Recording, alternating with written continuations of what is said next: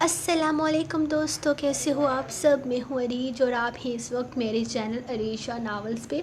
سب سے پہلے تو شب بارات مبارک۔ آپ لوگ کیا بولتے ہیں مجھے نہیں پتہ، ہمارے سائڈ پہ شب قدر بولتے ہیں، اور کیا بولتے ہیں آپ مجھے بتائیے گا ضرور کہ آپ شب بارات کو کیا بلاتے ہو، اور ہمیں کہتے ہیں کہ شب قدر مبارک۔ تو میں تو یہی کہوں گی کہ آپ سب کو شب قدر مبارک۔ اور اب آج ہم پڑھنے جا رہے ہیں دستِ دارم کی قسط نمبر 66۔ تو شروع کرنے سے پہلے میں آپ کو بتا دیتی ہوں کہ آج بھی میں نے ایپیسوڈ جلدی دی ہے، کیونکہ آپ کو پتہ ہے کہ آج کی رات عبادتوں کی رات ہے، سارے گناہ معاف کروانے ہیں ہم سب نے، تو میرے لیے دعا کرنی ہے۔ میں نے کل بھی کہا تھا، آج بھی کہہ رہی ہوں، میرے لیے دعا کرنی ہے سب لوگوں نے۔ تو اب ہم سٹارٹ کرتے ہیں آج کی قسط، کیونکہ میں بھی قسط وغیرہ ختم کر کے چائے پی کے آرام سے پھر بیٹھوں گی، اور انشاءاللہ کل ملاقات ہوگی، لیکن فی الحال ہم پہلے یہ پڑھ لیتے ہیں۔ جلدی جلدی پڑھوں گی آج، قسط اتنی ہے جتنی روز ہوتی ہے، نہ زیادہ نہ کم۔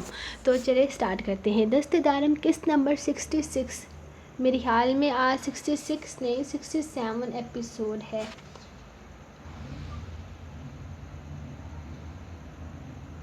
ویٹ اے منٹ، میرے خیال میں نے غلط ایپیسوڈ اوپن کی ہے۔ بالکل میں نے غلط ہی کی ہے، ایک منٹ ویٹ کریں پلیز۔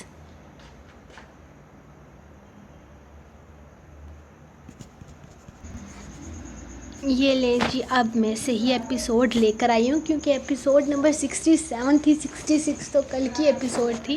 تو چلے اب سٹارٹ کرتے ہیں، لیٹ نہیں کرتے۔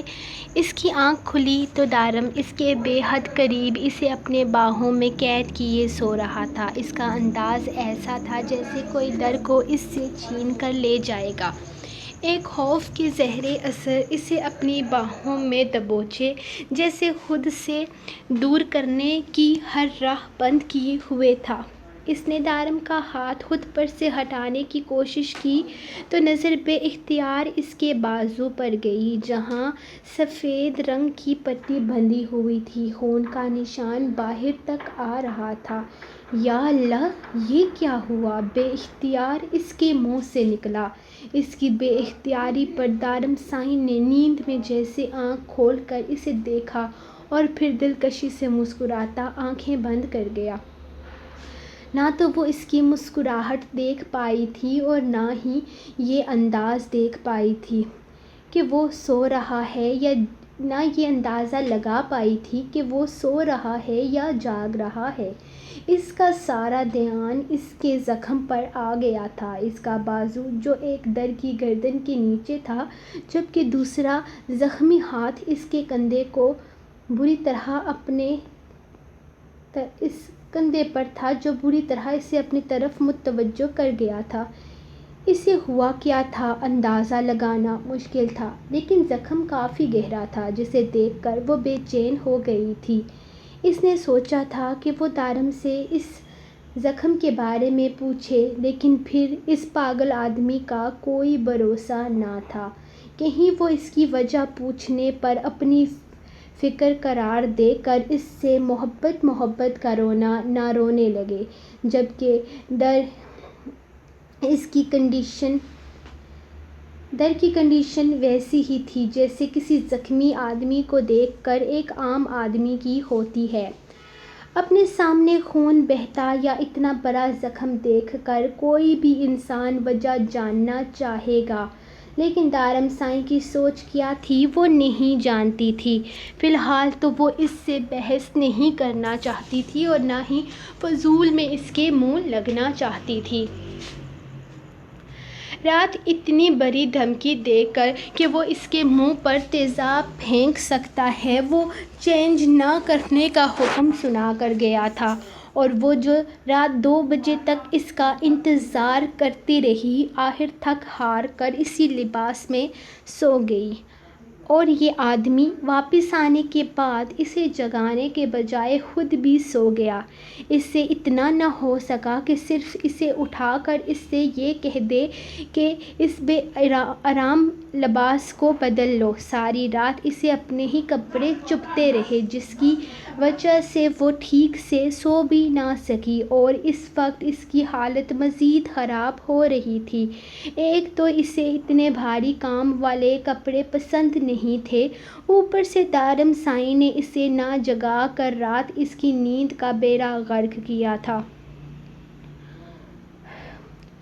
دارم سائی ہاتھ ہٹائیں اپنے، مجھے اٹھنا ہے۔ وہ اس کا بازو ہلاتے ہوئے اس نے احتیاط کی تھی کہ اس کے ہاتھ کو تکلیف نہ ہو، پہلے ہی اس کے بازو پر اچھا خاصا بڑا زخم تھا، لیکن وہ تو ٹس سے مس بھی نہ ہوا، اور ایک بار پھر سے اسے دیکھ کر آہستہ سے اس کا بازو ہلانے لگی۔ دارم سائی ہاتھ ہٹائیں اپنے میرے اوپر سے، تاکہ میں یہاں سے اٹھ کر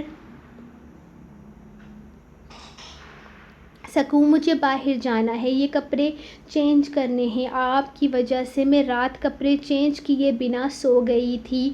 وہ اسے احساس دلاتے ہوئے بولی تو دارم نے احسان کرنے والے انداز میں آنکھیں کھولیں۔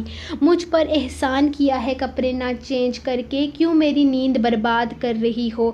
تم سو جاؤ آرام سے اور مجھے بھی سونے دو، اب مجھے تنگ کرنے کی ضرورت نہیں ہے۔ وہ ذرا سا مزید قریب ہوتا، اس کی گردن میں اپنا سر چھپاتا، ایک بار پھر سے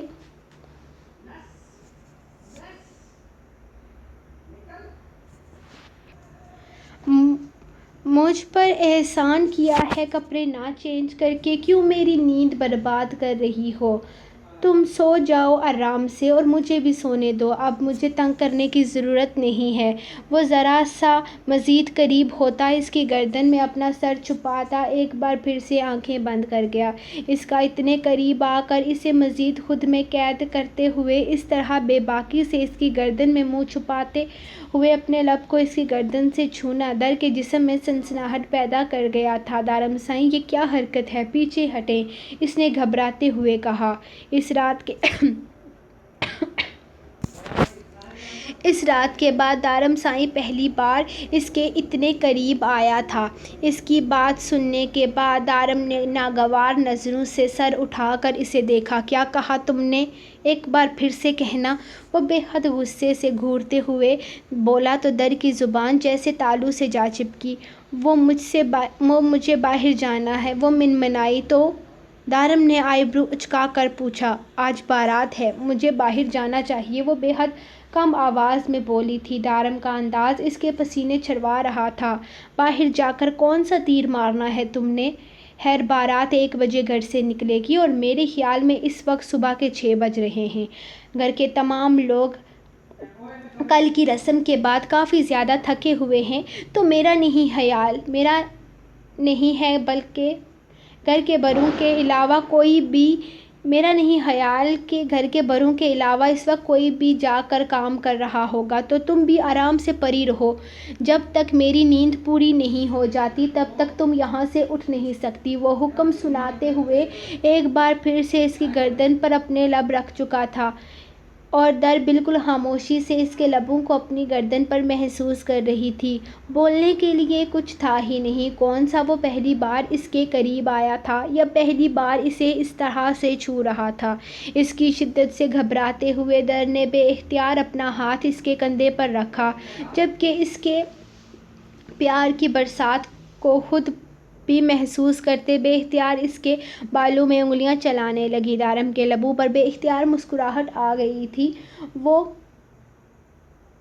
مزید در کو اپنی بازوؤں میں قید کرتا مکمل طور پر اس کے ہوش روبہ سراپے میں کھوتا چلا جا رہا تھا، جب فون کی رنگ ٹون نے اس کے کان میں ڈسٹربنس پیدا کر دی۔ یار، کیا مسئلہ ہے؟ اس کی بے اختیاری اور جسارتیں ختم نہ ہوئی تو موبائل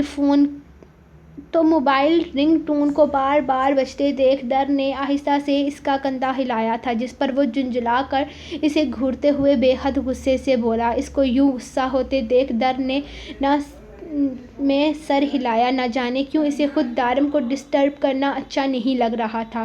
جب میں چلا جاؤں گا تب دل بھر کے اپنی ماں سے باتیں کرتی رہنا، لیکن جو میرا وقت ہے وہ صرف میرا ہے اور صرف میرا ہی رہے گا، اسے بھی بتا دینا اور تم بھی اپنے دماغ میں ڈال لو۔ تمہارے باپ سے تمہاری کوئی سی ڈیل ہوئی تھی؟ نہ تو اس کا پہلے مجھ سے کوئی واسطہ تھا اور نہ ہی آگے کوئی ہوگا۔ آئی میری بات سمجھ میں؟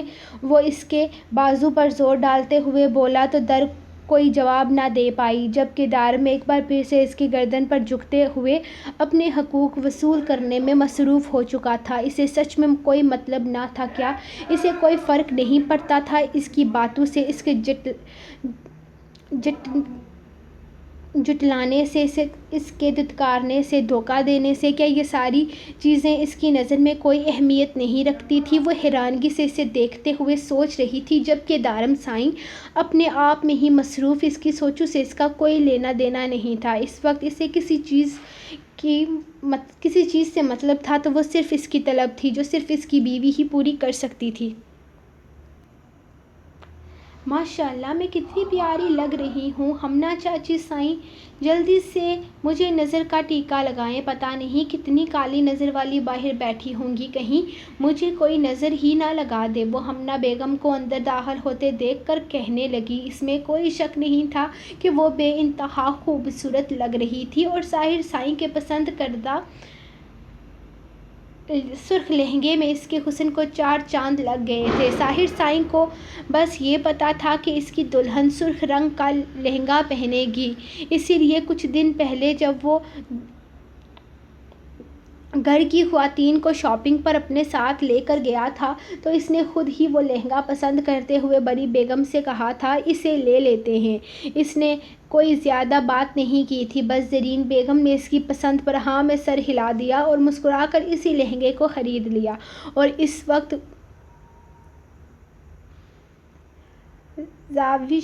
اسی لہنگے میں سر سے پیر تک سجی آسمان سے اتری کوئی حور لگ رہی تھی۔ ابھی تھوڑی دیر پہلے زرین بیگم ہی اسے دیکھتے ہوئے کہہ کر گئی تھی کہ ہمنا کو بلا کر کہو کہ اسے نظر کا ٹیکا لگائے کہ باہر نہ جانے کتنی کالی نظر والی عورتیں بیٹھی ہوں گی جو ان کی بچی کو نظر لگا دیں گی۔ ویسے تو ان کی باتیں بہت نارمل تھیں، جو اکثر ہی بڑی عمر کی عورتیں کہا کرتی تھیں، لیکن اسے سچ میں ڈر لگنے لگا تھا کہ یہ نہ ہو کہ اسے نظر لگ جائے اور طاہر سائیں کے دیکھنے سے پہلے وہ دلہن کے بجائے ماسی لگنے لگے، اور وہ ایسا ہرگز نہیں چاہتی تھی۔ اسی لیے ہمنا نے جیسے ہی کمرے میں قدم رکھا، اس نے فوراً ہمنا سے کہا کہ وہ اسے نظر کا ٹیکا لگا دے تاکہ اسے کسی کی نظر نہ لگے، اور جتنی خوبصورت وہ اس وقت لگ رہی تھی اسے ہی وہ اس وقت بھی لگنا چاہتی تھی جب طاہر سائیں اسے دیکھیں۔ ہاں اسے کوئی مطلب نہیں تھا کہ وہ کتنی پیاری لگے گی، بس اسے اپنے طاہر سائیں کے سامنے خوبصورت دکھنا تھا۔ وہ چاہتی تھی کہ وہ طاہر کے سامنے خوبصورت لگے، باقی کسی سے اسے کوئی مطلب نہیں تھا۔ وہ تو تھا ہی پیارا، صرف کپڑے بدل لیتا تھا تو شاندار لگتا تھا۔ پیاری تو وہ بھی بہت تھی، لیکن طاہر سائیں کو وہ اور بھی زیادہ پیاری لگنا چاہتی تھی۔ وہ تعریف کرتا تھا یا نہیں کرتا تھا اسے مطلب نہیں تھا، لیکن وہ چاہتی تھی کہ طاہر سائیں اس کی تعریف کرے اور بہت کرے، اور تعریف کے لیے اس کا پیارا لگنا بے حد ضروری تھا۔ اسی لیے وہ نہیں چاہتی تھی کہ اسے کسی کی بھی نظر لگے، اس کی خوبصورتی میں کسی طرح کی کوئی کمی آئے۔ بارات گھر سے نکلنے والی تھی اور تمام مرد حضرات بارات میں شامل ہونے والے تھے، جبکہ عورتیں دلہن والوں کے ساتھ تھیں، اسی لیے وہ گھر میں ہی موجود تھی۔ بارات کا استقبال کرنے کے لیے تیاریوں میں مگن ہو چکی تھی۔ نکاح کا سارا انتظام ہو چکا تھا، تھوڑی ہی دیر میں بارات نے آ جانا تھا اور اس کے ساتھ ہی ثنا کا نکاح بھی ہونا تھا۔ کہنے کو تو ثنا کا صرف نکاح تھا، لیکن پھر بھی اسے دلہن کی طرح تیار کیا گیا تھا۔ آخر کو کوئی عام بات تو ہرگز نہ تھی۔ پیچ کلر کی بھاری میکسی میں دلہن کی طرح تیار وہ بے حد حسین لگ رہی تھی۔ خوبصورت تو وہ ویسے بھی بہت تھی، لیکن آج اس کا حسن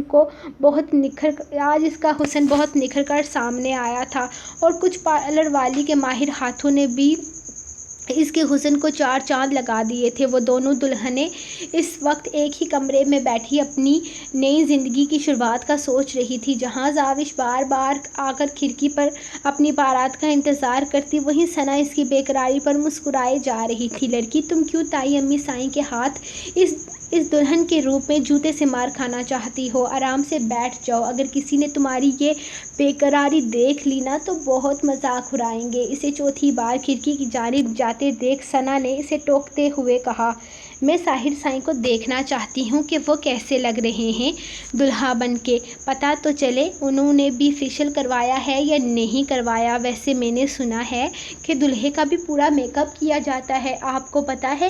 وہ واپس آ کر اسے نئی خبر سناتے ہوئے بولی تو ثنا نے بے اختیار اپنے ہاتھ نے ماتھے پر دے مارا۔ اوہو، یہ کیا ہو گیا؟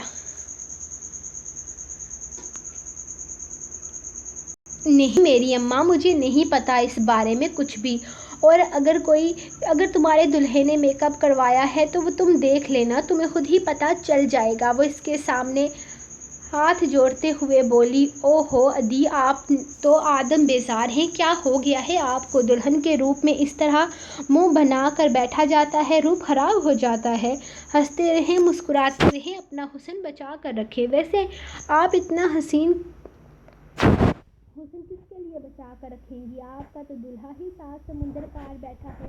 ہائے کاش پھوپھا سائیں کی طبیعت ٹھیک ہو جاتی تو وہ بھی آتے، کتنا مزہ آتا۔ آپ کی شادی ہو رہی تھی ساتھ، وہ کہتے ہوئے مایوسی سے بولی تو ثنا مسکرا دی۔ اچھا ہی ہوا جو وہ لوگ نہیں آئے، کیونکہ اگر وہ لوگ آتے تو تمہاری شادی کس طرح سے انجوائے کرتی، اور تم بھی میری شادی ٹھیک سے انجوائے نہیں کر پاتی۔ اور اس بات کا فائدہ بتانے لگی تو زاوش نے ہاں میں سر ہلایا۔ وہ ٹھیک کہہ رہی تھی، اگر اس کی شادی اس کے ساتھ ہوتی تو یقیناً وہ انجوائے نہیں کر پاتی، کیونکہ اسے کمرے سے باہر ہی نہیں نکلنے دیا جا رہا تھا۔ ابھی وہ دونوں باتوں میں ہی مصروف تھی کہ باہر بارات آ جانے کا شور شروع ہوا۔ لڑکیاں رسم ادا کر کے اندر داخل ہوئیں تاکہ انہیں بھی پکڑ کر باہر لے جا سکے۔ کوئی میرے دلہے کو زیادہ تو نہیں لوٹا نا؟ رجنیش نے جیسے ہی کمرے میں قدم رکھا، اس کا پہلا سوال یہی تھا۔ نہیں، زیادہ نہیں لوٹا، اتنا ہی لوٹا ہے جتنا تم نے میرے دلہے کو لوٹا تھا۔ وہ مسکراتے ہوئے اس کے قریب آئی تو زاوش نے مایوسی سے اسے دیکھا۔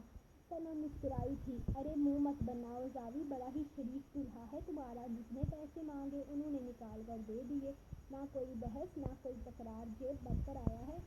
ہم نے تو کسی قسم کا کوئی ڈرامہ نہیں کیا، بس ہم نے مانگے انہوں نے دے دیے، بات ختم۔ زاوش نے اس کی اب پختہ شکل دیکھتے ہوئے کہا، انہیں سچ میں ساحر سائیں سے اس طرح کی امید نہیں تھی۔ وہ سچ میں ان کے لیے ضرورت سے زیادہ ہی شریف اور معصوم ثابت ہوا تھا۔ شاید وہ کسی قسم کی بحث میں پڑنا ہی نہیں چاہتا تھا۔ چلو اب باہر چل کے ایک اور رسم بھی کرنی ہے، اس کے بھی پیسے ملنے ہیں۔ ثانیہ اسے پکڑتے ہوئے بولی تو زاوش نے اسے گھور کر دیکھا۔ وہ سچ مچ میں اس کے دلہے کو لوٹنے والا کام کر رہے تھے جو اسے بالکل بھی پسند نہیں آیا تھا۔ ساحر، یہ کیا کر رہے ہو؟ دلہا بن کر اس طرح سے سگریٹ نوشی کون کرتا ہے؟ وہ ایک سائیڈ پر کھڑا سگریٹ پینے میں مصروف تھا۔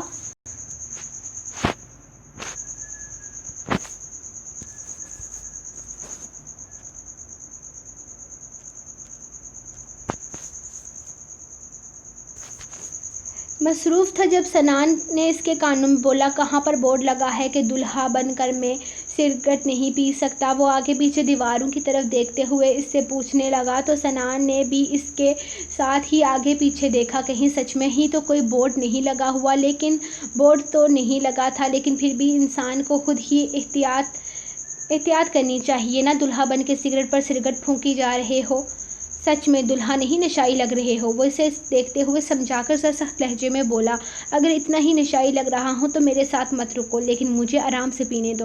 وہ سگریٹ کی جانب اشارہ کرتے ہوئے بولا، جیسے سگریٹ نہ ہو، اس کی کوئی بے حد ضروری چیز ہو جس میں وہ کسی بھی قسم کا آرگیومنٹ برداشت نہیں کر سکتا۔ وہ سچ میں تو اور سچ بھی تو یہی تھا کہ سگریٹ کے معاملے میں وہ کسی بھی طرح کی مخالفت برداشت نہیں کر سکتا تھا، اور سنان بھی یہ بات بہت اچھے طریقے سے جانتا تھا، اسی لیے بالکل خاموش ہو کر ایک سائڈ ہو گیا۔ اسے پرواہ نہ تھی کہ اس کی سگریٹ پینے سے کس کو کتنا مسئلہ ہوتا ہے۔ اگر کسی کو اتنی ہی تکلیف ہے اس کے سگریٹ پینے سے تو وہ خود ہی اس سے تھوڑا الگ ہو کر کھڑا ہو جائے، اسے کوئی مسئلہ نہیں تھا، لیکن اس پر کوئی کمنٹ کرے وہ برداشت نہیں کر سکتا تھا، بے شک اس کا باپ ہی کیوں نہ ہو۔ لڑکیاں اپنا سا منہ لے کر کھڑی اس سے ہو گئی جب ساحر سائیں کو زاوش کے ساتھ بیٹھنے پر ان لوگوں نے 50,000 روپے کی ڈیمانڈ کی۔ ساحر سائیں نے بنا کسی بھی چوں چران کے پیسے ان کے حوالے کر کے ایک سائڈ ہونے کا اشارہ کیا۔ ان کی حالت دیکھ کر زاوش کو ہنسی آ رہی تھی، کیونکہ وہ اندر ہی بڑی پلاننگ کر کے آئی تھی کہ ساحر کو بہت تنگ کریں گی، اور یہاں ساحر سائیں نے تنگ ہونے سے پہلے ہی پیسے ان کے منہ پر دے مارے۔ نہ کوئی بحث نہ کوئی تکرار، وہ خاموشی سے ایک طرف ہو گئی، بلکہ ان کے ساتھ بیٹھا وہ بالکل خاموشی سے سامنے دیکھ رہا تھا۔ اپنے ساتھ بیٹھی اس پری بیکر نے خود کو گھونگھٹ میں چھپا رکھا تھا۔ اچھا ہی تھا وہ اپنی دلہن کو ہر کسی کی نظر میں آنے بھی نہیں دینا چاہتا تھا، وہ خود اس کا گھونگھٹ ہٹا کر اس کے حسن کو دیکھنا چاہتا تھا۔ یہ تم کیا کہہ رہی ہو سائرہ؟ باہر مولوی صاحب بیٹھے ہیں، ثنا کو بٹھا دیا گیا ہے اور عارض سائیں کا کوئی اتا پتہ نہیں ہے۔ ایسا تو نہیں چل سکتا، تمہیں اس کے بارے میں پتہ کرنا ہوگا۔ بابا سائیں بے حد پریشان ہو گئے تھے، وہ مسلسل سارہ کو فون کر رہے تھے، اور اب سارہ نے انہیں بتایا تھا کہ عارض پرسوں سے ہی گھر سے غائب ہے، اس کا کوئی اتا پتہ نہیں ہے۔ جاتے ہوئے اس نے بس اتنا کہا تھا کہ وہ نکاح کے وقت گھر واپس آ جائے گا، لیکن وہ اب تک نہیں آیا تھا اور نہ ہی اس کا فون لگ رہا تھا۔ باہر مہمان جمع تھے، سب کو ہی پتہ تھا کہ اس کا آج فون پر ثنا کا نکاح ہونے جا رہا ہے۔ کچھ مجبوریوں کی وجہ سے وہ لوگ پاکستان نہیں آ سکے، لیکن کچھ ماہ کے بعد وہ رخصتی پر آئیں گے، جس میں ان کی شادی کی تمام رسمیں بھی کی جائیں گی۔ لیکن اب وہ پریشان ہو چکے تھے، کیونکہ عارض کہاں گیا تھا کسی کو کوئی اتا پتہ نہ تھا۔ وہ فون بند کرتے ہوئے پریشانی سے اندر بیٹھے گے جب اچانک کسی نے دروازہ کھٹکھٹایا۔ بابا سائیں باہر آئے۔ عارض سائیں آ گیا ہے، سنان کی مسکراتی ہوئی آواز ان کے کانوں میں پڑی تو جیسے وہ بے اختیار سکون کی سانس لی۔ ساری ٹینشن لمحے میں دور ہوئی تھی۔ جب باہر آتے ہوئے انہوں نے عارض کا مسکراتا ہوا چہرہ دیکھا، وہ تیزی سے آگے بڑھتے ان کے سینے سے لگ گیا تھا۔ سو گائز، پہلے سب سے تو آئی ایم ریئلی سوری، آج بہت ساری مسٹیکس ہیں، کیونکہ آج بھی میں نے جلدی میں لکھا ہے، مسٹیک کلیئر کرنے کا بالکل ٹائم نہیں تھا، لیکن جب میں فیس بک پر اپلوڈ کروں گی تو اوبیسلی میں وہاں پر کلیئر کر کے کروں گی۔ تو ابھی کے لیے مجھے دیں اجازت، کیونکہ میری مما کب سے مجھے آوازیں دے رہی ہیں باہر سے، تو اب میں چلتی ہوں۔ انشاءاللہ پھر ملتے ہیں نیکسٹ ایپیسوڈ کے ساتھ کل، اور کل بھی میں ٹائم پر ہی ایپیسوڈ دینے کی کوشش کروں گی، تو انشاءاللہ کل ملتے ہیں۔ دعاؤں میں ضرور مجھے یاد رکھیے گا۔ اللہ حافظ۔